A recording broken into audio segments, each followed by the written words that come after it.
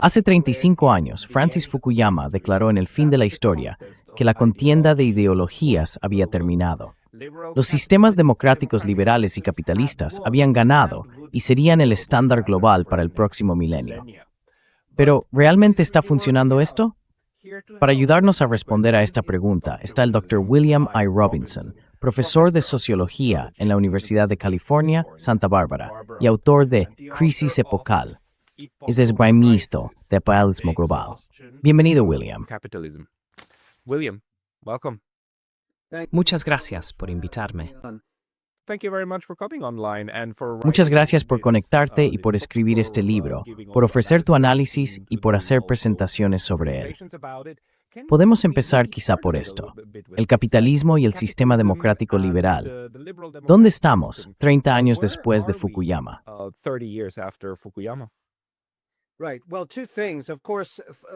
Bien, pues dos cosas. Por supuesto, a pesar de lo que dijo Fukuyama, la historia nunca termina, y no termina en dos sentidos. Él reconocía que los acontecimientos seguirían ocurriendo, pero que no habría más desarrollo de la sociedad humana, que era el fin de las ideologías y demás. Pero la historia no termina, en el sentido de que existen transformaciones cualitativas permanentes y desarrollos fundamentales que siguen transformando la sociedad humana.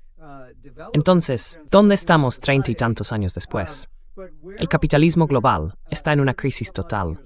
Todo se está desmoronando. El capitalismo global atraviesa una crisis estructural de sobreacumulación.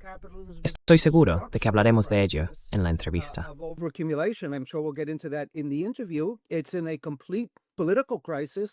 Estamos en una crisis política total, de legitimidad del Estado, de hegemonía capitalista y del sistema interestatal. Para mí, el ataque del 3 de enero a Venezuela y el desarrollo de esos acontecimientos marcan el colapso definitivo del orden internacional posterior a la Segunda Guerra Mundial. Así que tenemos una tremenda crisis política y geopolítica a nivel mundial, que se intensifica día a día.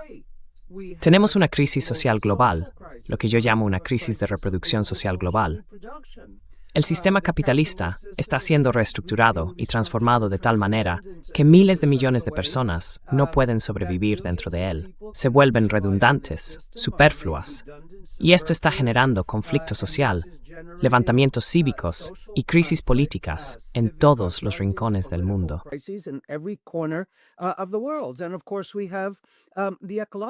Y por supuesto, tenemos la crisis ecológica.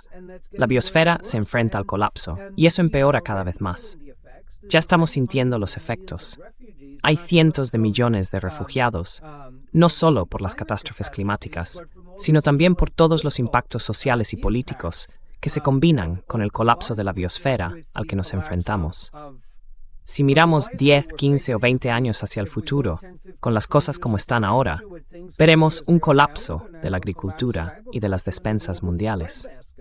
Así que la idea de que hemos llegado al fin de la historia y de que el capitalismo liberal avanza sin obstáculos, con la humanidad progresando, queda completamente desmentida por la situación en la que nos encontramos ahora.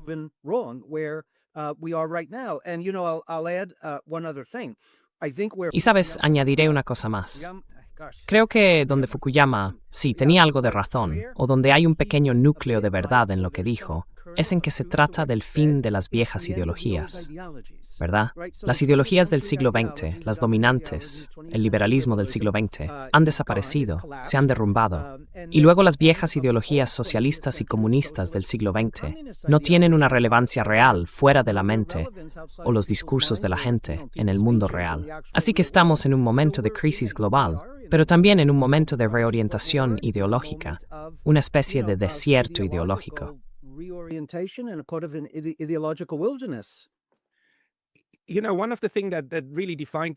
Sabes, una de las cosas que realmente definió el siglo XX, diría yo, fue que tuvimos este enfrentamiento de ideologías teóricas, ¿verdad? El marxismo, el comunismo, tenían una base teórica sólida. Y veo detrás de ti, no estoy seguro de si lo veremos en la versión final, pero detrás de ti hay una imagen de Karl Marx, por supuesto, ¿no?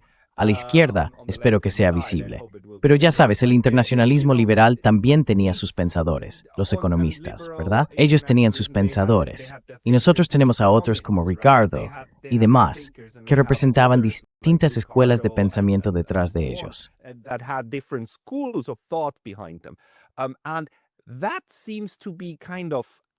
Y eso parece estar un poco fuera de lugar, pero no hemos superado lo que yo llamaría la creencia en cómo es o debería funcionar el mundo.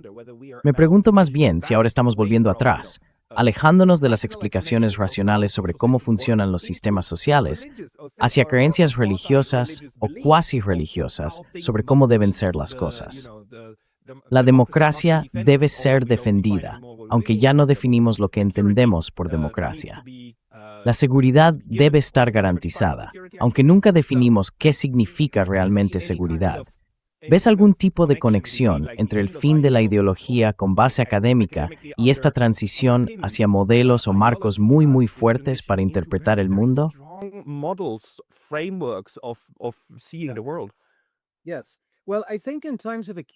Sí, bueno, creo que en tiempos de crisis aguda, como la que estamos viviendo ahora a nivel mundial, masas de personas, cientos de millones, incluso miles de millones, se enfrentan a una intensa inseguridad, a un futuro incierto y a la desestabilización de la comprensión establecida del mundo y de las instituciones dentro de las cuales existimos. Y así, en momentos como este, la gente es, en primer lugar, muy susceptible a nuevos mensajes ideológicos o políticos, como el neofascismo del siglo XXI. Aquí en Estados Unidos, el trumpismo. La ultraderecha está arrasando en muchísimos países. Y luego, lo que fue una izquierda vibrante en el siglo XX y el fracaso de los experimentos socialistas y comunistas en ese siglo, también ha dejado a lo que queda de una izquierda organizada e institucional en una posición muy dogmática.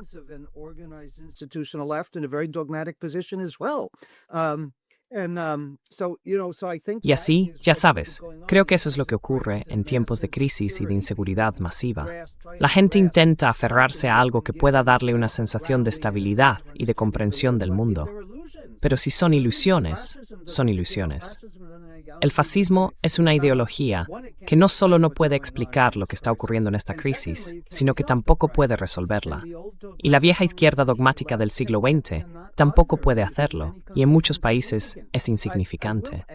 Añadiré un par de cosas aquí, porque empezaste la pregunta, o planteaste el tema con Marx y Ricardo y demás, los pensadores clásicos, que en realidad no son del siglo XX, son del XVIII y del XIX.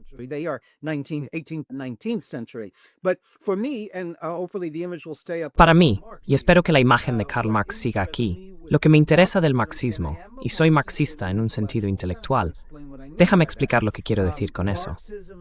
El marxismo como ideología no es realmente lo que me interesa. El marxismo como método y como instrumento de análisis y crítica del capitalismo global es más vital que nunca, porque nos ayuda a entender la crisis en la que se encuentra el capitalismo global. Y ya sabes, por último, también mencionaste que la gente dice, bueno, tenemos que defender la democracia. Pues bien, cada vez eso es menos cierto. No es cierto. No, Trump dice abiertamente, no, yo gobierno el mundo. Es mi moral la que decide lo que haremos. Así que incluso se ve que el discurso de la defensa de la democracia está perdiendo toda base entre muchos de los grupos dominantes en todo el mundo.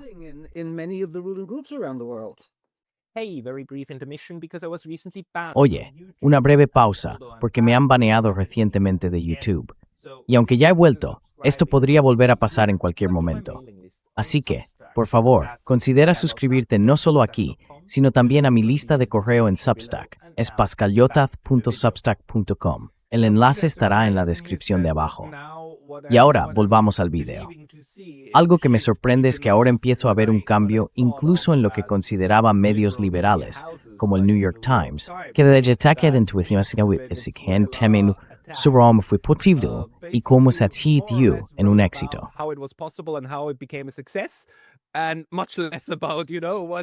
Y mucho menos sobre, ya sabes, qué tipo de atrocidad es esta.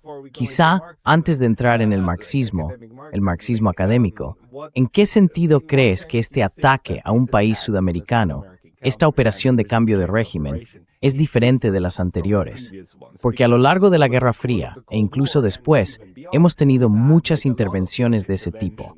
Quiero decir, de una forma u otra, incluso algunas parecidas en Panamá, ¿verdad? En el 89. Pero, ¿en qué sentido es este acontecimiento distinto de todos los anteriores?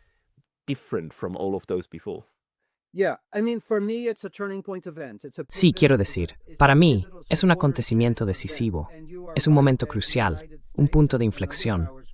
Y tienes razón en que Estados Unidos y otras potencias, las potencias europeas, han intervenido a lo largo de los siglos, han intervenido en América Latina. Quiero decir que mucha gente está estableciendo ese paralelismo con Panamá, pero eso es realmente un error por varias razones. Primero, la persona que fue destituida era el jefe de las fuerzas militares en Panamá. No era el jefe de Estado formalmente establecido. Aquí tenemos algo que es simplemente sin precedentes. El país más poderoso del mundo lleva a cabo una operación quirúrgica y simplemente se lleva al presidente. Ahora bien, el presidente venezolano no era democrático.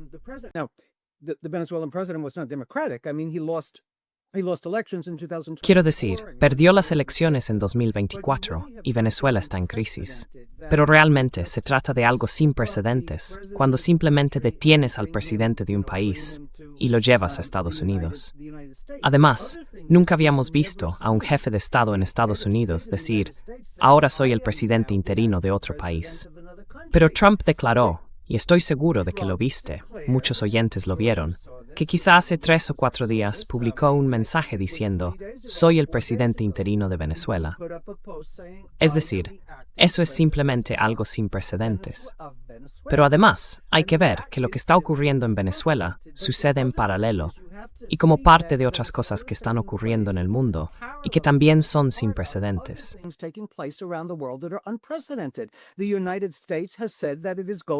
Estados Unidos ha dicho que va a hacerse con el control de Groenlandia, por las buenas o por las malas. Y eso podría significar un ataque militar contra otra potencia de la OTAN. Así que estos acontecimientos, para mí, realmente señalan el colapso del orden internacional posterior a la Segunda Guerra Mundial, que estableció un supuesto sistema basado en normas, donde, por supuesto, esas normas siempre fueron violadas por Estados Unidos, como ya señalado, y por otros países. Pero aún así, existía cierta organización institucional en el sistema mundial que se había establecido, y todo eso se está desmoronando. Así que no se trata solo de Venezuela, también de lo que está ocurriendo con Groenlandia.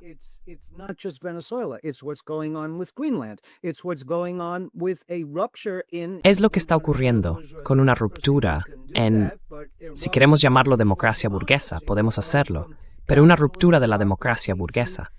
Estamos pasando de una democracia capitalista al fascismo aquí en Estados Unidos, con el colapso del Estado de Derecho dentro del país, y así sucesivamente, ya sabes, y demás.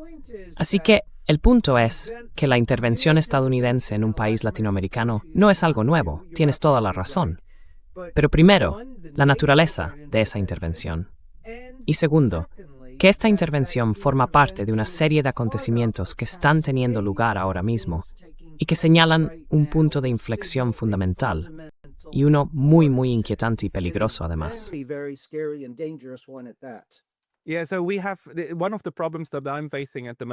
Sí, uno de los problemas a los que me enfrento en este momento es que hay tantas cosas individuales ocurriendo que todas están, bueno, quiero decir, todos sentimos que están muy interconectadas y entrelazadas. Pero ahora es una cadena de acontecimientos, no solo una cadena, sino, ya sabes, varias cadenas que suceden en paralelo unas con otras. Quiero decir, todavía tenemos un genocidio en curso en Gaza. A pesar de un acuerdo de paz o lo que sea, y de una resolución del Consejo de Seguridad de la ONU, Israel sigue matando gente en Gaza y ha demolido más de 2.000 casas desde el alto el fuego. Tenemos a la relatora de la ONU para la causa palestina, estoy destrozando su título, pero Francesca Albanese, está sancionada por Estados Unidos. Estados Unidos sanciona al Tribunal Penal Internacional. The United States sanctions the International Criminal Court. At the same time, the International Criminal Court has also... Al mismo tiempo, la Corte Penal Internacional también tiene una orden de arresto contra Vladimir Putin, lo cual fue aplaudido por Estados Unidos. Tenemos a la Unión Europea sancionando a analistas y periodistas dentro de Europa. En el Reino Unido, ahora está prácticamente prohibido protestar a favor de un grupo que apoye los derechos palestinos. En Estados Unidos, se está arrestando a personas. El ICE está tomando medidas no solo contra inmigrantes, sino también contra ciudadanos estadounidenses. Básicamente, actúan con total libertad. Y como ya comentamos antes, esto ya se asemeja a una especie de estructura paramilitar. Tenemos a Irán, a Venezuela, a Groenlandia, la guerra en Ucrania. Quiero decir, hay tantas cosas ocurriendo y todas son muy malas. Una cosa que las une es que emanan de Occidente, o de lo que yo llamo el Occidente ampliado.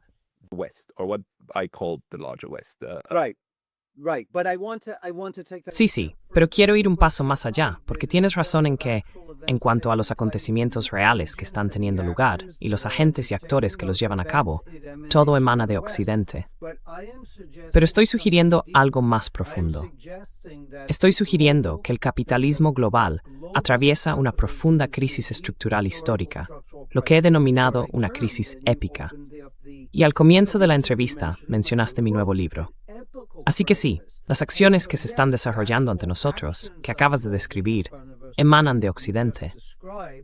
Pero existe un contexto y una explicación estructural de alcance histórico mundial para esta cascada de acontecimientos con la que apenas podemos mantener el ritmo.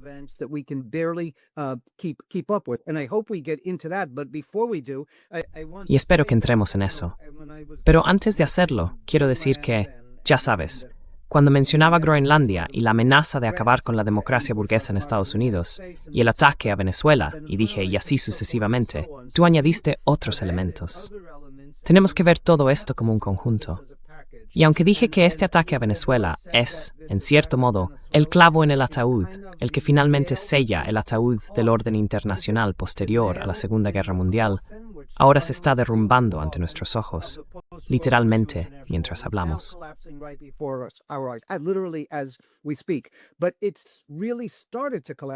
Pero realmente ha empezado a desmoronarse.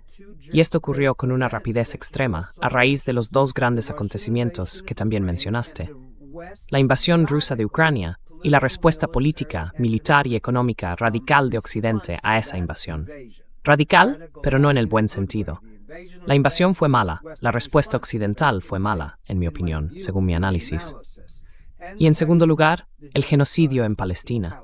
Esos dos acontecimientos fueron el principio del fin, y ahora es el clavo en el ataúd de este orden internacional. Y lo más trágico, no solo la tragedia en sí, sino el crimen increíble de ese genocidio en curso, es que, como señalaste, el alto el fuego es un falso alto el fuego.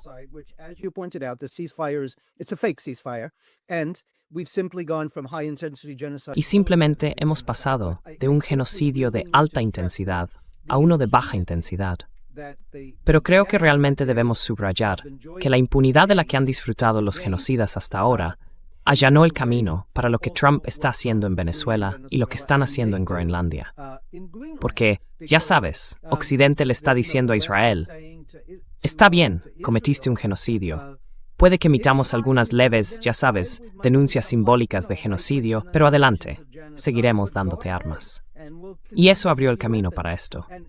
Esa impunidad significa que Estados Unidos ahora puede hacer lo que quiera, con total desprecio por las leyes y normas internacionales. Y quiero repetirlo, quizá no todos los oyentes oyeron lo que dijo Trump.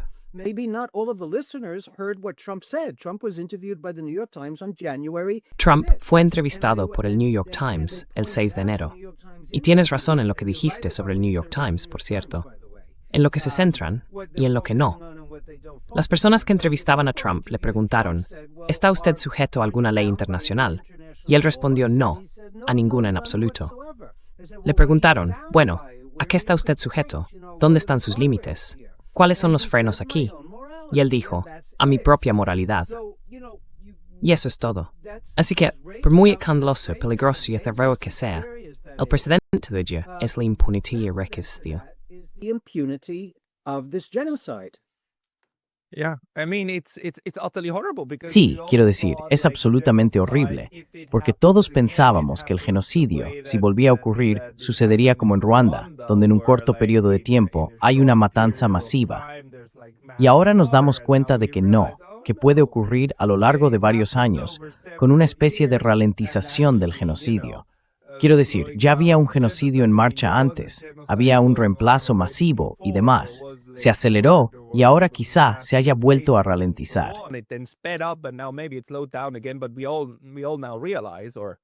Pero todos nos damos cuenta ahora, o no todos, por desgracia, pero mucha gente sí, de que la trayectoria sigue siendo exactamente la misma. Gaza será vaciada, después vendrá Cisjordania y luego se anexarán más partes.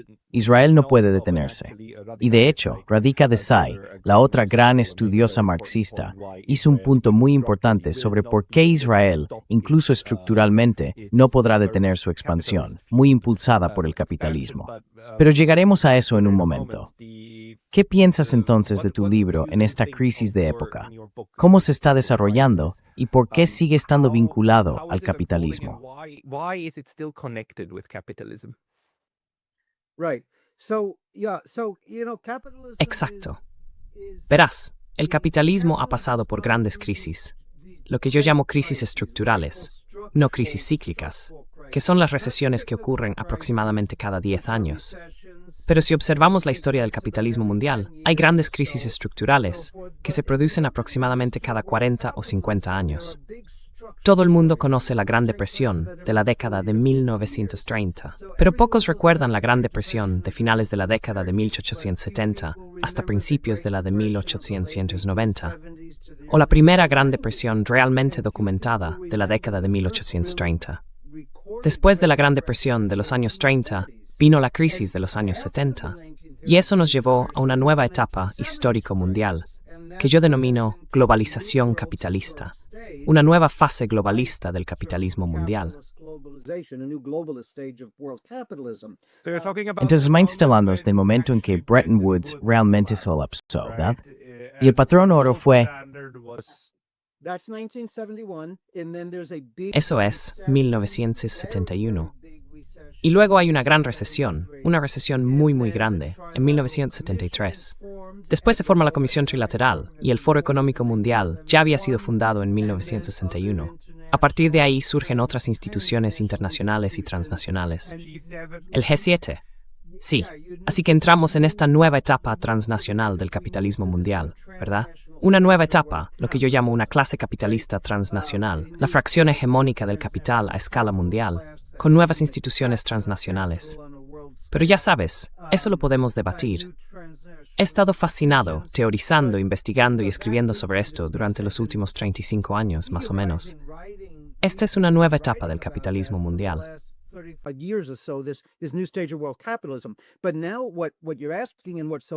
Pero ahora, lo que estás planteando, y lo que es tan importante, es que estamos en una nueva crisis estructural, que en realidad comenzó con el colapso financiero global de 2008, y no se resolvió en la década de 2010. Claro, el crecimiento se ha reanudado en el sentido de que hay un 2% o 3% de crecimiento en la economía mundial, pero las causas subyacentes del colapso de 2008 en realidad se han intensificado cada año hasta el presente. Y de nuevo, es algo multidimensional. Pero la causa subyacente, hay que ver cada una de estas grandes crisis de 50 años, implica toda una ola de expansión, con un conjunto completamente nuevo de tecnologías y nuevas instituciones que impulsan el capitalismo. Se acumulan, hay una expansión y luego colapsan.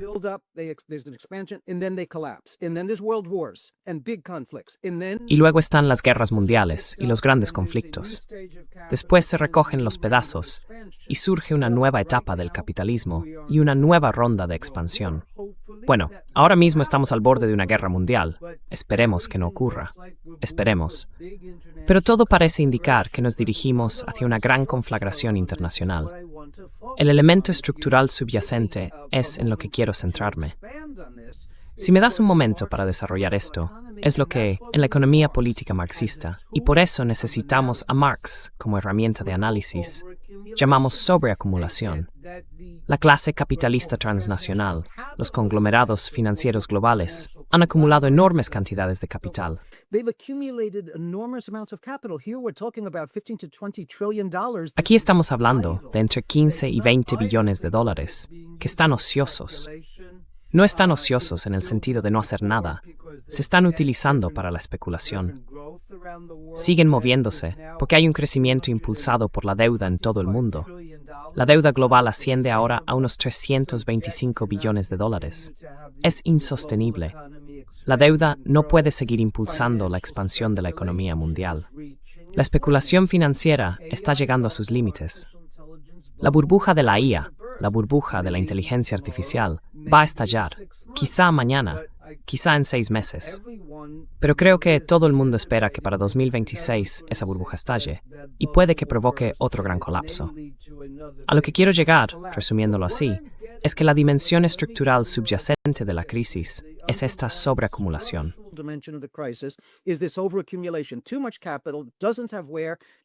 Demasiado capital no tiene dónde invertir ni expandirse. Se acumulan las presiones para una nueva ronda de expansión. Así que Estados Unidos invade Venezuela y la agresión hacia más países de América Latina abre espacio para otra ronda de expansión. Israel está cometiendo este genocidio, pero también está abriendo espacio para la expansión financiera y tecnológica en todo Oriente Medio a través de la agresión del Estado israelí. Por tal la cuestión. En huelgas en maíz anteriores de expansión, primero sobrevivimos a guerras mundiales con decenas de pérdidas.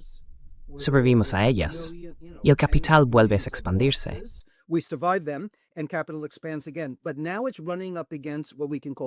Pero ahora se enfrenta a lo que podemos llamar puntos de inflexión o límites, concretamente los límites sociales y biosféricos a una nueva fase de expansión. Y en segundo lugar, el arsenal global es tan aterrador, los medios de violencia y destrucción tan extremos, que resulta difícil imaginar cómo podríamos sobrevivir a otra ronda de colapso y conflagración global. Así que estamos en una crisis épica, sin un verdadero precedente histórico. Sé que es mucho decir, y estoy planteando muchas cosas teóricas, históricas y políticas, pero por supuesto es precisamente lo que intento desarrollar en mi libro.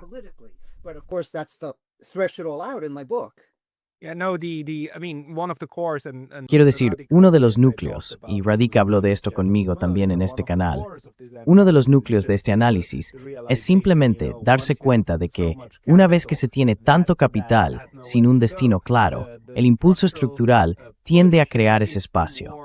Y una de las formas de crearlo es mediante la guerra a gran escala. Es decir, lo vemos ejemplificado con el genocidio en Gaza.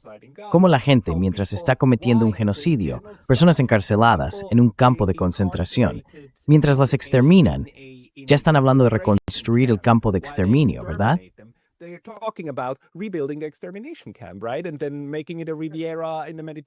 Y luego convertirlo en una riviera en el Mediterráneo, hermosa, con muchas casas, ya sabes, muchas oportunidades de inversión.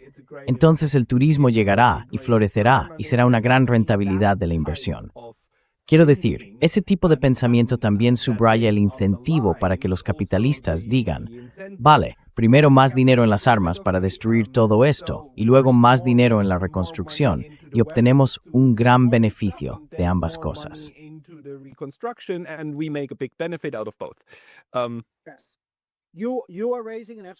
Sí, estás planteando un punto absolutamente crucial y yo también he ampliado mucho ese análisis. Has dado en el clavo. En tiempos de estancamiento crónico y sobreacumulación, existe una presión urgente para que el sistema se expanda.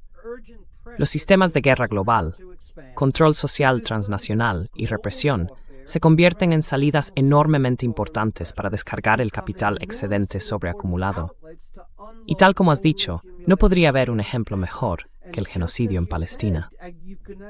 Podemos ir un paso más allá.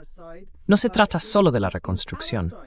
Sí, ahora hay que convertir Gaza, tal como has dicho, en un bien inmobiliario frente al mar, con el petróleo y el gas que hay en Gaza y demás. Pero vayamos un par de pasos más allá. En primer lugar, no se trata solo de eso.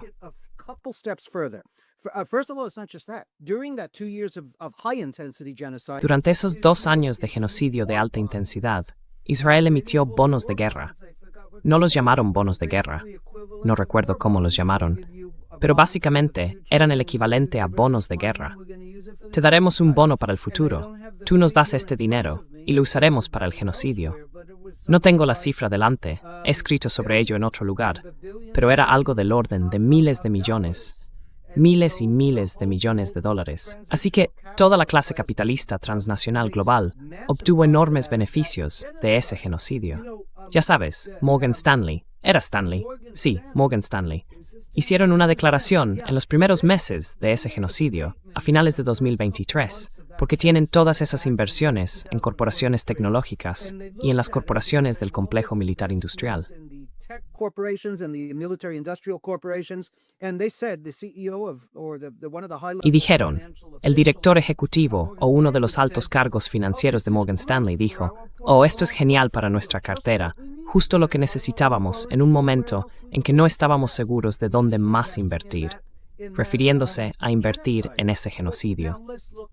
Pero ahora, veamos lo que está ocurriendo en Estados Unidos. El presupuesto para la llamada aplicación de leyes migratorias pasó de unos 30,000 millones a 170,000 millones de dólares.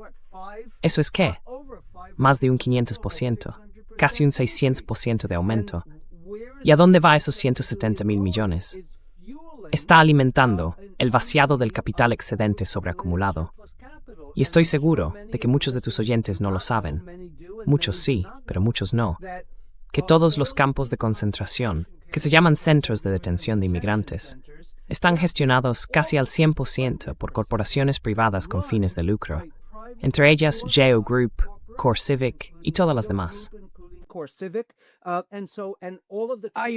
¿Hablas en serio? No lo sabía. ¿Hablas en serio? Son privadas, como las cárceles privadas en Estados Unidos. Son corporaciones penitenciarias con fines de lucro. Corporaciones con fines de lucro. Las dos más grandes son Geo Group y CoreCivic. Y casi el 100% de estos campos de concentración están gestionados por ellas. Se están duplicando y triplicando por todo el país. El que quizá hayas oído mencionar tiene el apodo de Alcatraz del Caimán, en Florida. Amnistía Internacional publicó un informe en el que afirma que se trata de violaciones de derechos humanos increíblemente graves. Los inmigrantes, cuyo único delito es no tener papeles para estar legalmente en Estados Unidos, están siendo tratados, bueno, no usaron exactamente este lenguaje, como personas en campos de concentración nazis.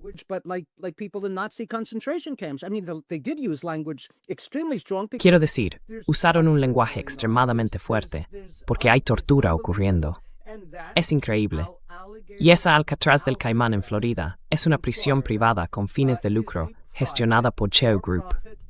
Tú y yo, si tenemos los recursos, podemos invertir en esas corporaciones. Y si invertimos en esas corporaciones, significa que vamos a obtener beneficios en la medida en que la guerra contra los inmigrantes se intensifique. Y entonces vamos a apoyar ideologías antiinmigrantes e ideologías fascistas para legitimar todo eso.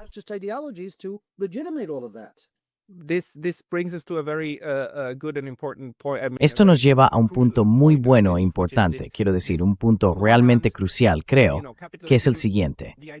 Por un lado, el capitalismo, la idea de que la economía y la política deben mantenerse separadas, siempre fue una cortina de humo bastante absurda de los Milton Friedman y compañía de este mundo. Pero ya sabes, siempre existió una conexión muy, muy profunda. Naturalmente, ningún sistema capitalista puede funcionar sin la política en segundo plano. Pero lo que tuvimos en el fascismo fue realmente una integración vertical del Estado y la economía privada. Y había una cosa más importante. ¿Cuál era el punto al que queríamos llegar? Lo siento, he perdido el hilo.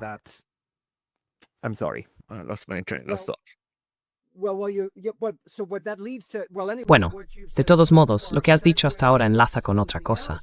Lo que estamos viendo ahora es que el Estado, que se supone que pertenece al ámbito de lo político y está separado de lo económico, aunque como señalas, nunca lo estuvo realmente y sigue sin estarlo, el papel del Estado, especialmente del Estado estadounidense y de los estados occidentales, pero de los estados en general, en este momento, enhanclas tomando una madre presiónica para abrir a golpes oportunidades en el ámbito small.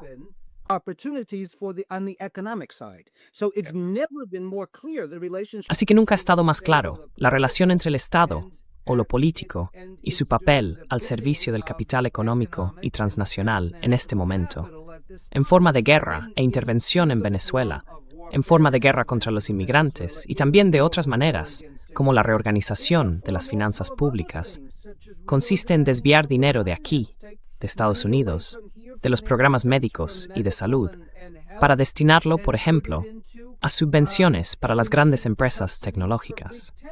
Así que hay toda una reorganización de las finanzas públicas y de la política fiscal, en la que el Estado está creando oportunidades para sostener la acumulación frente a esta estancación crónica.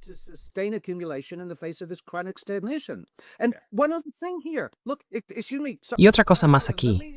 Mira, perdona, Pascal, pero déjame recordarles a los oyentes y espectadores, cuando Trump asumió el cargo, fue investido dentro del edificio del Capitolio.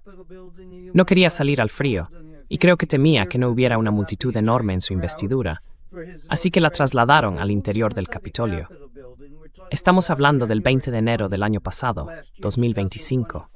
Algunos de vosotros quizá recordéis que detrás de él, mientras prestaba juramento con la mano levantada sobre la Biblia, estaban todos los líderes de las grandes corporaciones tecnológicas, ¿verdad?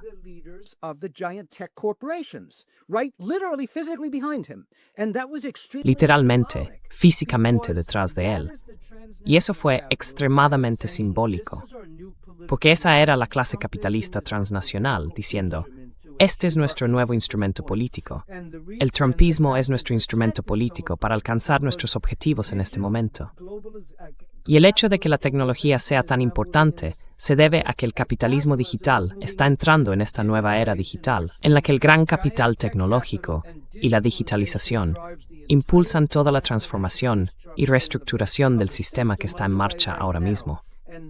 Ese capital tecnológico está en el núcleo mismo del poder y la influencia global sobre los estados también.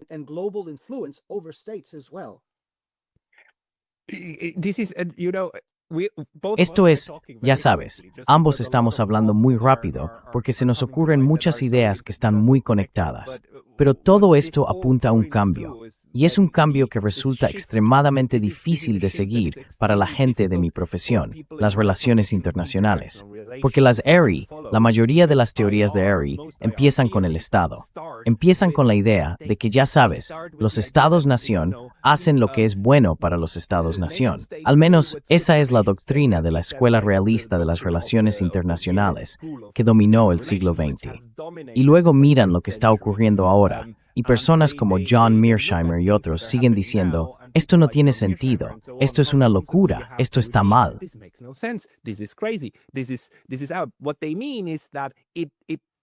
Lo que quieren decir es que la teoría realista ya no puede explicar este tipo de movimientos, porque no tienen sentido dentro del marco según el cual se supone que Donald Trump debe hacer lo mejor para Estados Unidos, Ursula von der Leyen para la UE y Friedrich Merz para Alemania. Ya no se comportan así. No está funcionando. Tenemos un desplazamiento del capital desde el gasto social hacia el ámbito militar, hacia el complejo militar industrial, y la gente ya había advertido sobre esto. El presidente estadounidense Eisenhower dijo que era una gran amenaza. Ahora estamos muy por encima de eso. La amenaza se ha hecho real. El complejo militar industrial, los grupos de expertos y demás son extremadamente poderosos. El capital está influyendo en todas las decisiones que se toman, todas ellas, incluidas, por supuesto, las decisiones sionistas y similares. Y el capital se está destinando a bombas en lugar de a vivienda. Así que también es una crisis de nuestro marco sobre cómo pensábamos que funcionaba la política internacional.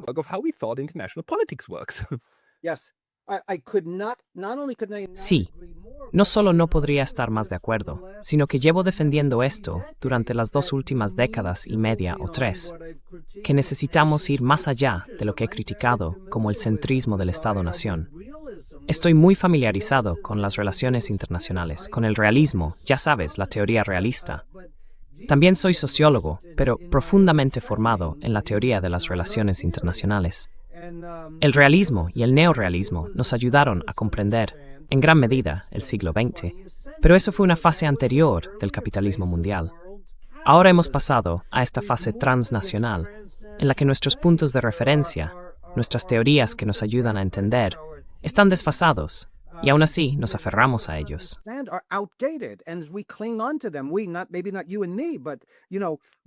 Quizás no tú y yo, pero tanto los intelectuales como los comentaristas y la izquierda se aferran a esas concepciones teóricas anticuadas, ya sabes.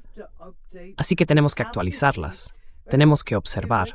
Quiero decir, si alguien cree en la dialéctica, sabemos que lo único permanente en el universo es el cambio mismo. Todo está en un proceso de transformación. Así que el capitalismo no es estático. Hubo un capitalismo mercantil de los siglos XVI y XVII, con una relación diferente con el Estado. Ni siquiera existían muchos estados-nación todavía. No se habían creado en todo el mundo. Y luego pasamos de ahí al capitalismo industrial competitivo clásico. Avanzamos hacia el siglo XX, el capitalismo monopolista, o como quieras llamarlo.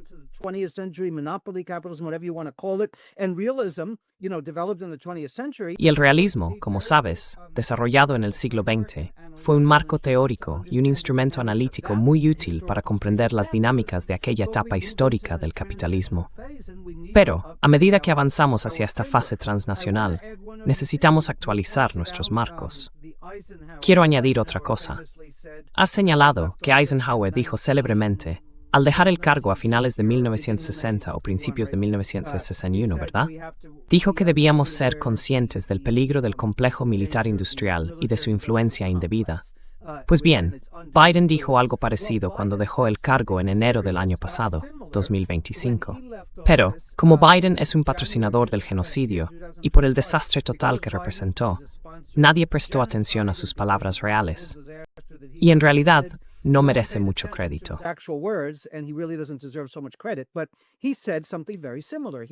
Pero dijo algo muy parecido. Se sentó en el despacho oval, en su último discurso, y dijo que debemos tener cuidado con la influencia indebida y los peligros del complejo tecnoindustrial, el poder de las corporaciones tecnológicas. Así que estamos viendo cómo el viejo complejo militar industrial se fusiona con el capital tecnológico y con el capital financiero transnacional.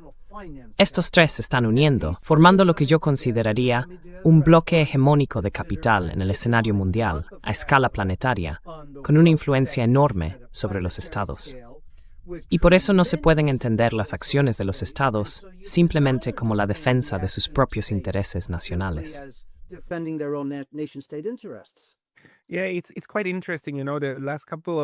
Sí, es bastante interesante.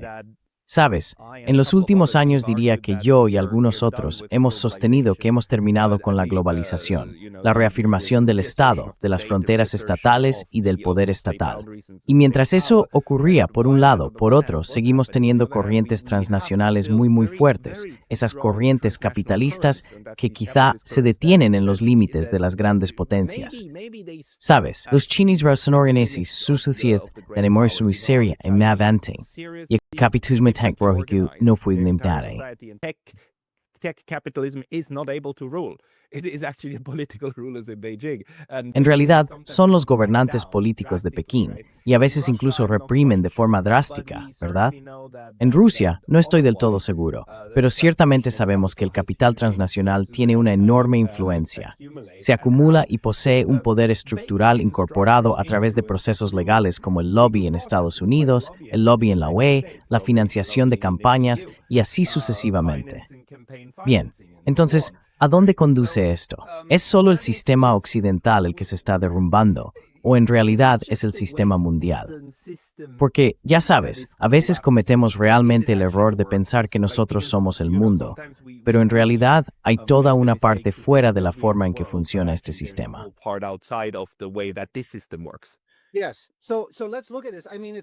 Sí. Así que veamos esto. Quiero decir, es una gran pregunta o debate el que estás planteando aquí, y es absolutamente urgente. Pero empecemos con la globalización. Depende de lo que entendamos por globalización. Está la idea dominante de la globalización, el mundo volviéndose integrado y unificado. Algunos incluso hablaban de una aldea global armoniosa. Quiero decir, todo eso formaba parte de lo que en su momento se criticó con el término global o nada. Y comparto la crítica a esa concepción de la globalización. Esa concepción está muerta. No es que esté muriendo, está muerta. Pero está si usted con varias globalización. But that was never my understanding of globalization. My understanding of globalization is that capital expands. Mi comprensión de la globalización es que el capital se expandió de nuevas formas transnacionales y los niveles de integración a través de las nuevas tecnologías de la comunicación y demás dieron lugar a un nuevo tipo de conexión orgánica, una integración orgánica de lo que antes eran economías nacionales en lo que todavía tenemos hoy. No ha sido, ni va a ser, desmantelado. Un sistema globalmente integrado de producción, finanzas y servicios. Independientemente de lo que haga China, sí, China tiene algunos controles de capital, pero dejemos eso a un lado por un momento. Rusia ha sido expulsada por Occidente, pero fue el Estado quien expulsó a Rusia de la economía global, no el capital. El capital no quería que eso ocurriera. El capital transnacional no está de acuerdo con eso. Quiere poder invertir en Rusia.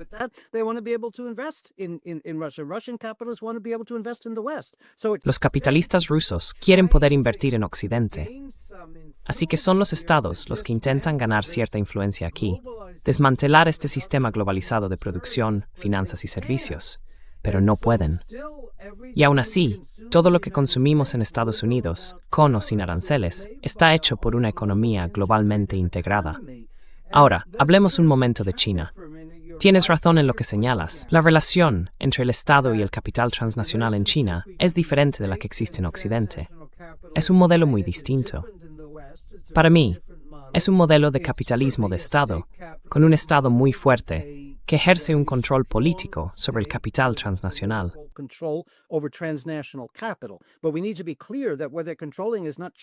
Pero debemos dejar claro que lo que están controlando no es capital chino, sino capital transnacional, porque las grandes corporaciones chinas, que combinan capital estatal y privado, operan en todo el mundo y también coinvierten con el capital transnacional occidental.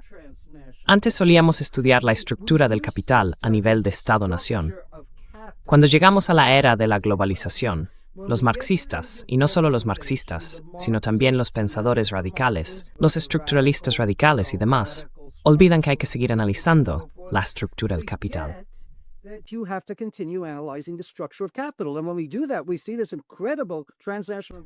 Y cuando hacemos eso, vemos esta increíble integración transnacional y global del capital, ya sea capital chino, capital ruso, de nuevo desplazado, pero eso es porque los estados lo hicieron, ¿verdad? Aún así, hay una integración increíble.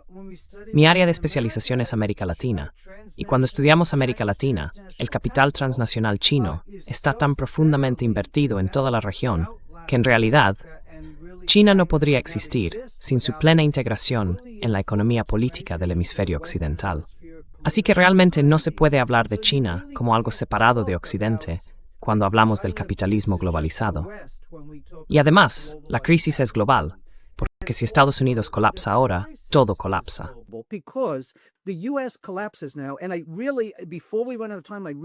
Antes de que se nos acabe el tiempo, realmente quiero decir algo sobre el petrodólar y Venezuela, porque está relacionado con todo esto. Si Estados Unidos sufre un colapso financiero que empiece aquí, se va a sentir en todo el mundo. No va a haber un efecto nulo en China ni en la economía asiática, ya sabes, la economía geoeconómica basada en Asia. Tampoco va a haber aislamiento en Europa.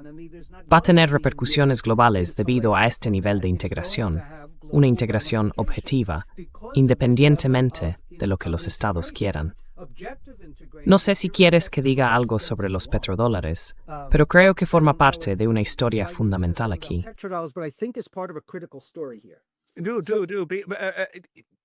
Quiero decir, el petrodólar como concepto, por suerte, en los últimos años se ha convertido más en un tema de debate y se entiende mejor cómo sustentó, especialmente, el sistema capitalista estadounidense posterior a 1945. Pero los cambios que están ocurriendo ahora son bastante drásticos. Algunas personas dicen, vale, este es el fin del petrodólar y por tanto el fin de la hegemonía del dólar estadounidense. Mientras que otras dicen, no, no, no, solo se está transformando. ¿Tú en qué posición estás? Right. So, yes, it's not the end yet. Exacto.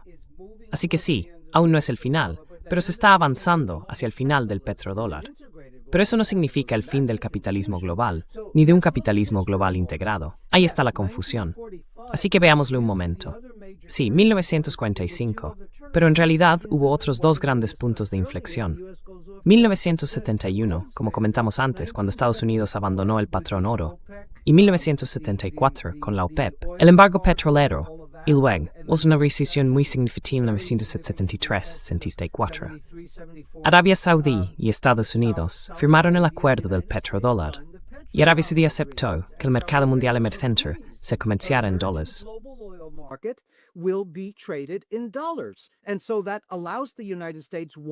Y eso permite a Estados Unidos, en primer lugar, tener el mercado mundial del petróleo dominado por el dólar. Pero es más que eso. También significa que el dólar se convierte en la moneda de reserva mundial, la moneda del sistema comercial global. Lo que eso permite a Estados Unidos es financiar su déficit. Se pueden imprimir dólares y gastar todo ese dinero simplemente imprimiendo dólares porque se reconoce como la moneda global. Y también significa que, debido a ello, los inversores de todo el mundo, a medida que avanzamos hacia la etapa de la globalización, a finales del siglo XX y más allá, que es lo que estoy analizando, van a comprar bonos del Tesoro de Estados Unidos y mantener esos bonos.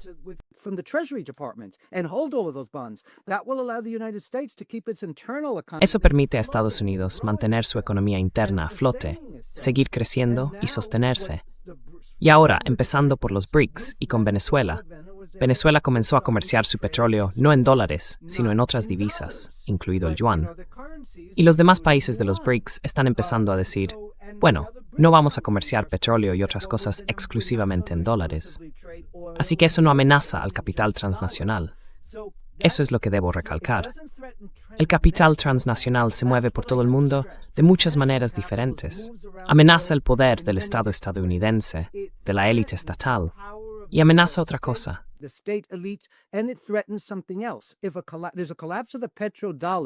Si se produce un colapso del petrodólar, eso significa que el Estado estadounidense no podría mantener los altos niveles de vida en Estados Unidos. Habría una fuerte caída en el nivel de vida e incluso hiperinflación si el acuerdo del petrodólar se derrumba. Y eso llevaría a un conflicto social y político masivo, ¿verdad?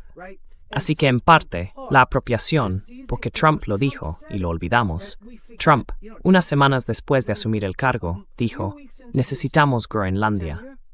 Todos se rieron, pensaron que era una tontería. Ahora se lo están tomando en serio. Él lanza ideas y meses después llegan a la escena política real. Así que, hace unos meses, Trump dijo, estoy advirtiendo a todos los exportadores de petróleo del mundo, no os atreváis a empezar a comerciar vuestro petróleo fuera del dólar.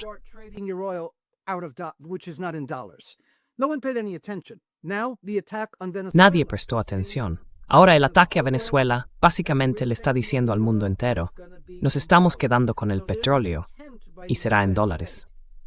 Así que hay un intento del Estado estadounidense de defender el petrodólar.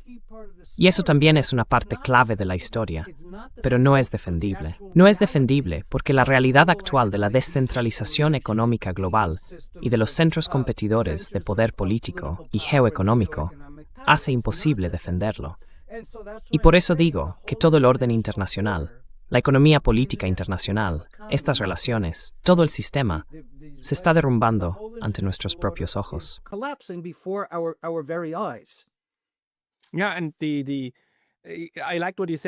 Sí, y me gustó lo que dijiste hace un rato. Dijiste que estábamos en el comienzo del fin del sistema en el que estábamos. Ahora estamos en medio del fin, más o menos. Estamos más avanzados hacia el final. Entonces, ¿cuál va a ser el fin del fin? Quiero decir, ¿va a empeorar? Probablemente va a empeorar. Déjame decirlo así. Si evitamos una tercera guerra mundial con intercambio nuclear y miles de millones de muertos, y justo ayer tuve una conversación sobre lo que eso significaría, estaríamos hablando de un evento a nivel de extinción. Si evitamos eso, dejémoslo aparte, porque ese sería el fin del fin, como el final terminal.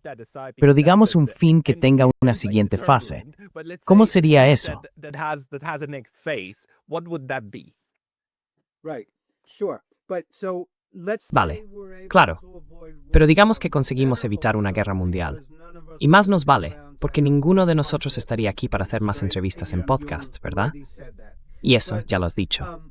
Pero, dejando eso aparte, seguimos encaminados hacia un colapso financiero. Porque eso, bueno, quizá eso sea siempre el detonante de estas grandes crisis financieras. El detonante puede ser el estallido de la burbuja. Ese es el escenario más probable. Pero eso seguirá ocurriendo, y luego tendrá sus repercusiones políticas. Los Estados Unidos escas. Habrá más conflictos civiles.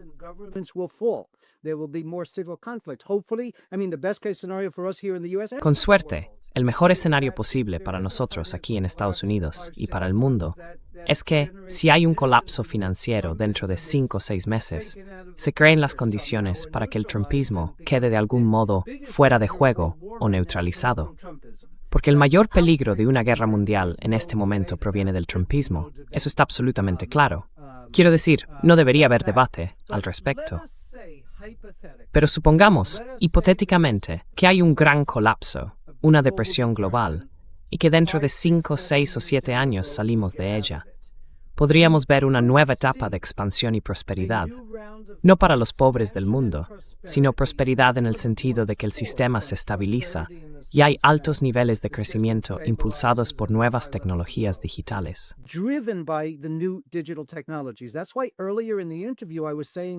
Por eso, antes en la entrevista, decía que lo que resulta tan central en esta historia, y solo podemos abarcar tanto en una hora, son estas nuevas tecnologías digitales. Porque no se trata solo de introducir, ya sabes, una nueva fase de producción industrial o algo así. Están transformando radicalmente la naturaleza del capitalismo. Pero incluso más allá de eso, la naturaleza de las relaciones sociales humanas, las estructuras sociales, las instituciones y nuestra conciencia. Es decir, es una revolución en las fuerzas productivas y va a provocar cambios en las relaciones de producción.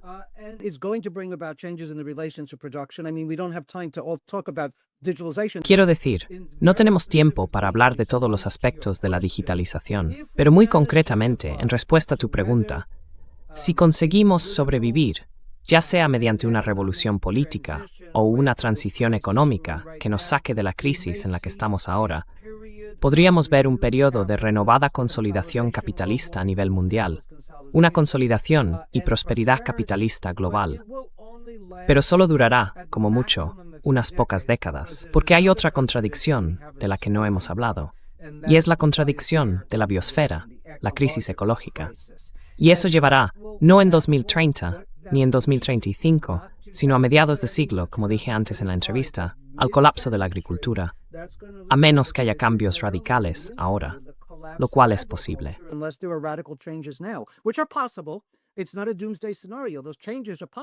No es un escenario apocalíptico. Esos cambios son posibles. Pero el colapso de la agricultura... Ahora bien, creo que hubo un informe del gobierno británico, publicado hace 5 o 6 años, que decía que 1/3 de las zonas actualmente habitadas por cientos de millones de personas se volverán inhabitables.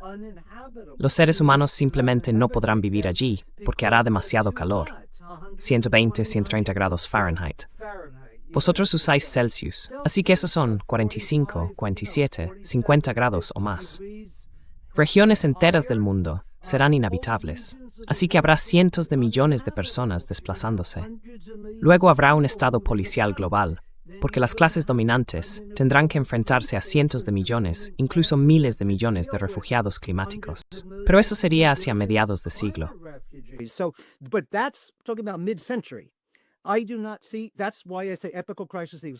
Por eso hablo de una crisis epocal, del agotamiento del capitalismo global. En la segunda mitad de este siglo, yo ya no estaré, soy demasiado mayor. Puede que tú sigas aquí, pareces mucho más joven que yo, pero no va a tener buen aspecto. Todavía podrían producirse muchos cambios radicales ahora que evitaran eso, pero no veo al capitalismo global sobreviviendo a la segunda mitad del siglo XXI. En respuesta a tu pregunta, durante los próximos años, podría haber un resurgimiento, una regeneración del capitalismo globalizado a través de estas tecnologías digitales. Pero tendrían que producirse cambios políticos, no fascismo, no los tipos de sistemas políticos que vemos ahora. Más bien, capitalistas reformistas radicales tomando el control del Estado, una especie de nuevo pacto para el siglo XXI con el Green New Deal y cosas por el estilo. Would you say that actually that, the New Deal... ¿Dirías en realidad que el New Deal, Roosevelt, pero también en Europa, cuando hemos visto en el siglo pasado países que durante un par de décadas siguieron, digamos, la vía socialdemócrata, es decir, que aún mantienen un sistema capitalista, pero con límites muy estrictos, y el Estado está más o menos por encima, y la redistribución es obligatoria? ¿Es, en tu opinión, una forma viable de contener esas fuerzas de destrucción que devoran su propio fundamento de éxito? O, según la idea marxista o marxista ideológica, todo el mundo tiene que transitar hacia el comunismo para poder sobrevivir. ¿Cuál de las dos ves como el enfoque más viable y realista para estructurar la sociedad?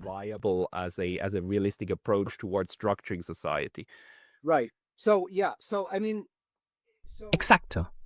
Así que, sí, quiero decir, me gustaría ver un socialismo democrático global, pero no creo que eso vaya a suceder en los próximos años. Más bien, lo que podría ocurrir para ganar tiempo y salvar a la humanidad de estos desastres inminentes es precisamente lo que estás mencionando. Podemos llamarlo un nuevo pacto global, o yo lo llamo un proyecto keynesiano reformista global. Ya no se puede tener keynesianismo a nivel de Estado-nación. Con la globalización, eso no es posible, y eso ya se ha demostrado y sigue demostrándose mientras hablamos. Pero hay elementos de la élite transnacional que, y concretamente, mira al Foro Económico Mundial.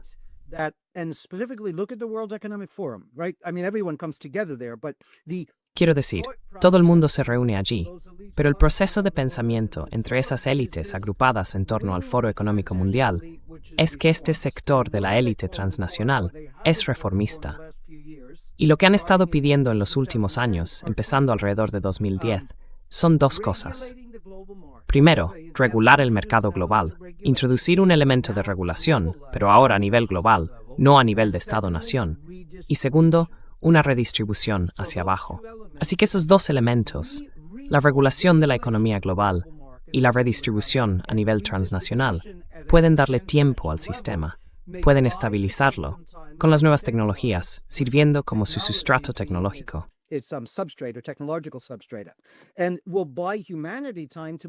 Compraremos tiempo para que la humanidad pueda ir más allá del capitalismo, porque una vez más, incluso si esas élites transnacionales y radicalmente reformistas llegan al poder en país tras país, seguirán sin poder resolver la contradicción entre el capital y la naturaleza. El capital todavía tiene que expandirse y acumularse sin fin, todavía tiene que devorar la naturaleza. El mejor escenario posible, de 2026 a 2050, es que tengamos proyectos radicalmente reformistas dentro del capitalismo global. Y a partir de ahí, podremos averiguar cómo ir más allá del capitalismo global. Quiero decir, de nuevo, me gustaría hacerlo hoy, pero eso no va a suceder. No, pero nosotros, quiero decir, uno de los trabajos que tienen los académicos es trazar posibles futuros, ¿verdad? Y quizá también identificar los lugares donde podría implementarse un cambio realista. Así que eso no significa que vaya a suceder, ¿de acuerdo? Diría que eso es solo parte de la fase final del proceso analítico. William, esto ha sido realmente interesante. Aprecio mucho tu marco teórico y la forma en que has intentado explicar esto. Hemos hablado muy rápido, lo siento por todos los que nos escuchan. Espero que hayáis notado que en YouTube se pueden ralentizar las conversaciones, además de acelerarlas. William, para las personas que quieran encontrar tus escritos, tus libros o tus proyectos en curso, ¿dónde deberían ir para encontrarte?